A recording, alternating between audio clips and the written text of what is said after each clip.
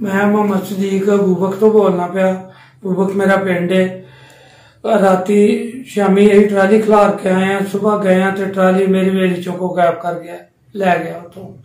सारा दिन ट्राली लभदे रहे हैं अपने तौर। अच्छा बाबा जी ये दसो तुसी कि ट्राली जी है तुसी आखिरी केरे वक्त देखी सी? आखिरी कल शाम 6 बजे अं खिलार के आए हैं उथे। अच्छा। सुबह 7 बजे गए हैं तो उसे ट्राली कोई नहीं सी। सारा दिन अपने तौर पर बहुत ज्यादा कोशिश की है, लेकिन ट्राली का कोई सुराख नहीं किसी पास मिलया। तुहानू किसी कोई शक किसी ते नहीं, जी चीज जाती है सारे चोर होंगे ने। नाम ही नेट किसी ते भी शक नहीं किया। पुलिस नूं इतलाह करती? पुलिस नूं इतलाह देती है, रिपोर्ट दर्ज कराती है।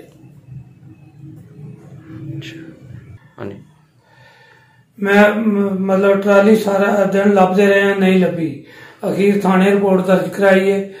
मेरी मतलब ट्रैक्टर ट्राली मेरा रोजगार है, जिदे तो असी अपने बच्चों का पेट पालने पे, ते एडी वड्डी ट्राली कोई लै गया तो बहुत अफसोस की गल है। कोई मोटरसाइकिल ने सुनते होंगे कि मोटरसाइकिल चोरी होंदियां ने, लेकिन अज सुनिया कि रक्शे भी लै गए तो एडी वड्डी ट्राली भी चोरी हो गई। तो इंतजामिया साडी जिहड़ी है सुती है, कोई मतलब अमल नहीं हो रहा। तो लिहाजा मेहरबानी करके साडी ट्राली जिहड़ी वो बरामद कराई जाए ताकि असी अपने बच्चों का पेट पाल सकिए।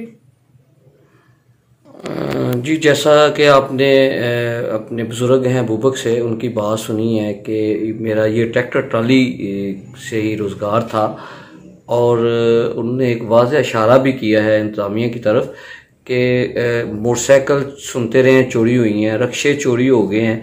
ये यानी छोटी चीज़ें थी, अब ट्रैक्टर ट्राली भी बड़ी एक चीज़ है, यानी कि बमुश्किल उसको खींचना लेके जाना, कैसे ले गया होगा, ये एक सवालिया निशान है जी। ये बुजुर्गों ने एक सवाल छोड़ा है जी। अब पाकिस्तान के जो अवाम हैं वो उस पर कमेंट ज़रूर करें जी। बहुत शुक्रिया।